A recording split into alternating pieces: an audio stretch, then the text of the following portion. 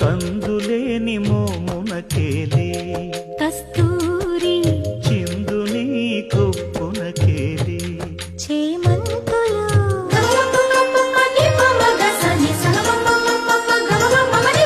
మందయానమునకేలే మట్టెల మోతలు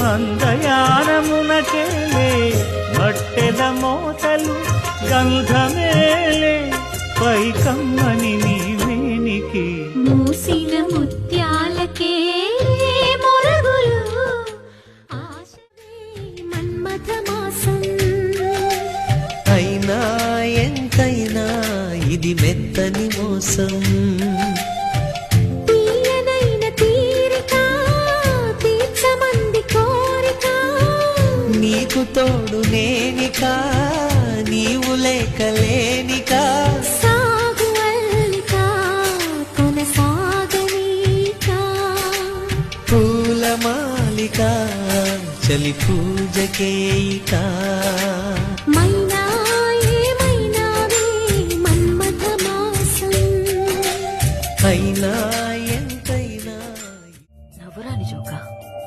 ఓ బావి నిండా కప్పలున్నాయి. కొన్ని కప్పలు పైన చూసి రౌండ్ గా ఆకాశం కనపడింది. పైనేదో ఉందని ఉత్సాహంగా ఎగరడం మొదలుపెట్టాయి. కిందున్న కప్పలు పైనేమీ లేదు పైనేమీ లేదు పైనేమీ లేదు అని చెప్తూనే ఉన్నాయి. ఇది విని విని విని విని ఎగురుతున్న కప్పలన్నీ కిందికొచ్చాయి. కాని ఒకటే కప్ప ఎగురుతూనే ఉంది. ఎందుకో తెలుసా? ఎందుకు? అది చెవిటి కప్ప.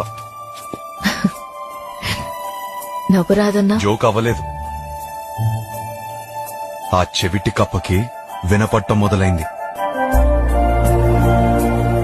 పైనేమి లేదు పైనేమి లేదు పైనేమి లేదు పైనేమి లేదు. నువ్వు చెవిటి కప్పగానే ఉండు. కన్నులతో రాశాను మాటల్లో నింపుకున్నది నా ప్రాణాలయ్యో మగువాని లేఖలని పువ్వులతో తెరిచాని చేయి పడితే మెత్తని లేఖకి గాయం అయిపోదా. ప్రియుడా నీ ఊహలతో కరిగిపోతున్నా వికసించే సిగ్గుల మొగ్గై నిన్నే నేను ప్రేమిస్తున్నా కదిలే కాలమే జీవితం మేఘం తెల్ల కాగితం వ్రాసి నీకే ముందుగా నదిలో మాట తీయగా చంద్రుడు సూర్యుడు వార్తాహరులంట రేపవలు ఎప్పుడైనా లేఖలు నిన్నే చేరునోయ్ కదిలే కాలమే జీవితం మేఘం తెల్ల కాగితం వ్రాసి నీకే ముందుగా నదిలో మాట తీయగా హంసలాగుంటావు, అది ఎడారిలో ఒంటిలాగా ఉంటది. పొడుగ్గా సెల్ టవర్ లాగా. నీ కళ్ళు నేరేడు పళ్ళు, మరి దాని కళ్ళు? బఠానీ గుళ్ళు. మరి నా ముక్కు? చిలక ముక్కు. మరి దాంది? సప్పెడు ముక్కు. నువ్వు చక్కని చుక్క, అది ఎండిపోయిన నక్క. భలే అన్నావా? చక్కని చుక్క, ఎండిపోయిన నక్క. ఎండిపోయిన నక్క. అదెప్పుడు వచ్చింది? నువ్వు ఒంటే అన్నప్పుడు వచ్చింది, నక్క అన్నప్పుడు చూసావు. మరి చెప్పచ్చు కదే. చెప్తారేంటి? కమ్మగా తెచ్చుంటే. అయినా దాంతో వెనుక ఉన్న డబ్బ, నీ మొహానికి ఉన్న అందమా, నీతో ఉన్న అధికారమా, అసలు నువ్వే ఈ భూమి మీద శాశ్వతం కాదు. ఇవన్నీ నీకెలా శాశ్వతం అవుతాయి? ఒంటరిగా తల్లి గర్భం నుంచి వచ్చావు, ఒంటరిగా కొంచెం మీ పేరు చెప్తారా? ఎందుకు? ఏం లేదు, అప్పుడప్పుడు పిలిచేదనుకుంటుందని. ఓ అవునా? అయినా నాకు విడపడాలండి, నాకు చౌటు.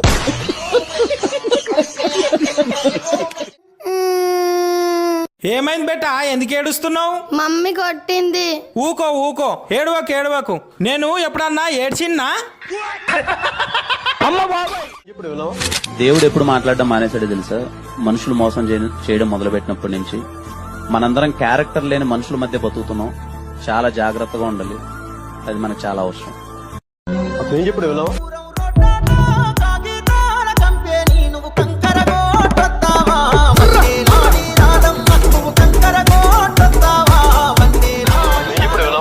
దేవుడు ఎప్పుడు మాట్లాడడం మానేసాడు తెలుసా? మనుషులు మోసం చేయడం మొదలు పెట్టినప్పటి నుంచి మనందరం క్యారెక్టర్ లేని మనుషుల మధ్య బతుకుతున్నాం. చాలా జాగ్రత్తగా ఉండాలి. అది మనకు చాలా అవసరం. సంధ్య, నీకు విషయం చెప్పనా? ఏంటి? నవ్వడం ఆపేసావే. నువ్వు నవ్వితే చాలా అందంగా ఉంటావు చెప్తావు.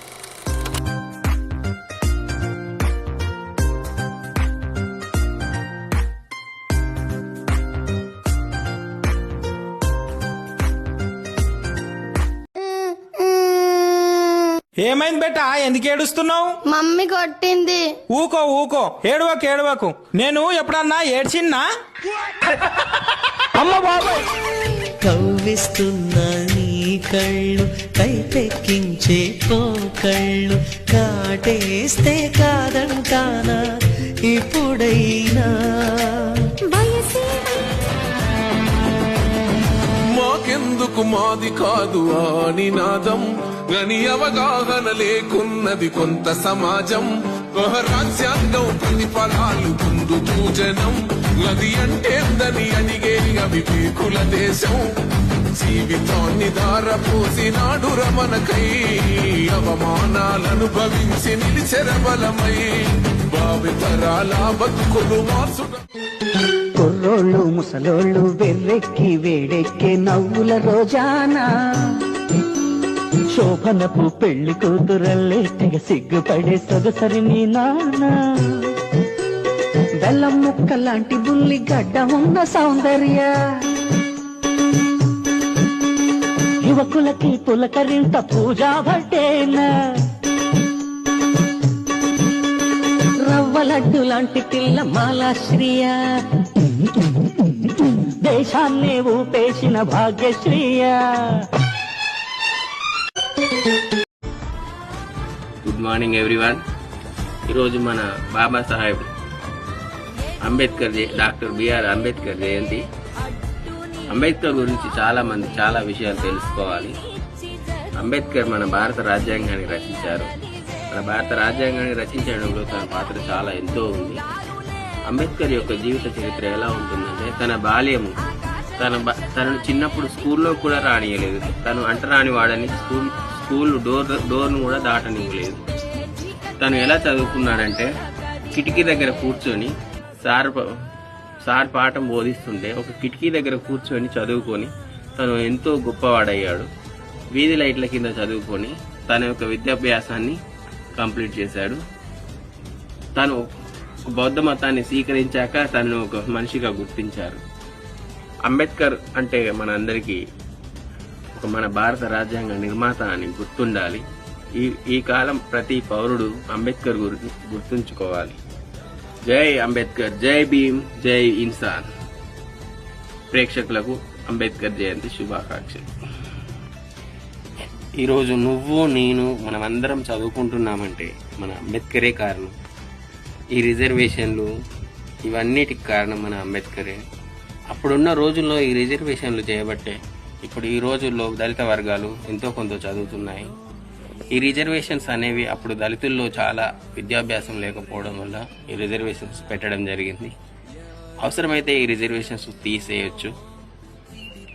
మన కాలాన్ని బట్టి మన రాజ్యాంగాన్ని మార్చుకుంటేనే మనం బతుకుతాము. రాజ్యాంగాన్ని ఇప్పటి వరకు సక్రమంగా అమలు చేసిందే లేదు. అంతా రాచరికపు రాజకీయాలు. ఏదేమైనా ఈరోజు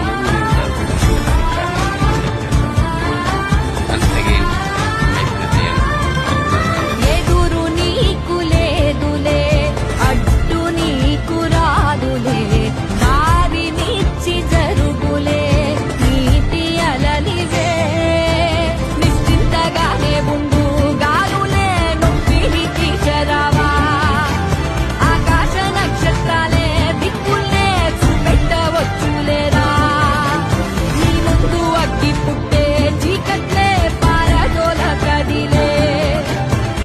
పిల్లలు, కారు, ఇల్లు అన్ని దాటి ఆలోచించేవాడే పిచ్చోడు కదా. పొద్దున్నే లేచి టిఫిన్ బాక్స్ తీసుకొని పరిగెత్తుకుంటూ ఆఫీస్కి పోయి లోను, ఇంటర్, స్కూల్ ఫీజు, ఈఎంఐలు కట్టడానికి మాత్రమే బతకడం బతికేనారా? కానీ ఈ లోకానికి పిచ్చోళ్లే కావాలి. పిచ్చోళ్ళకి మాత్రమే తెలుసురా ప్రపంచం రేపెలా ఉండబోతుంది అన్నది. ఇవాళే కలలు కంటూ ఉండటం.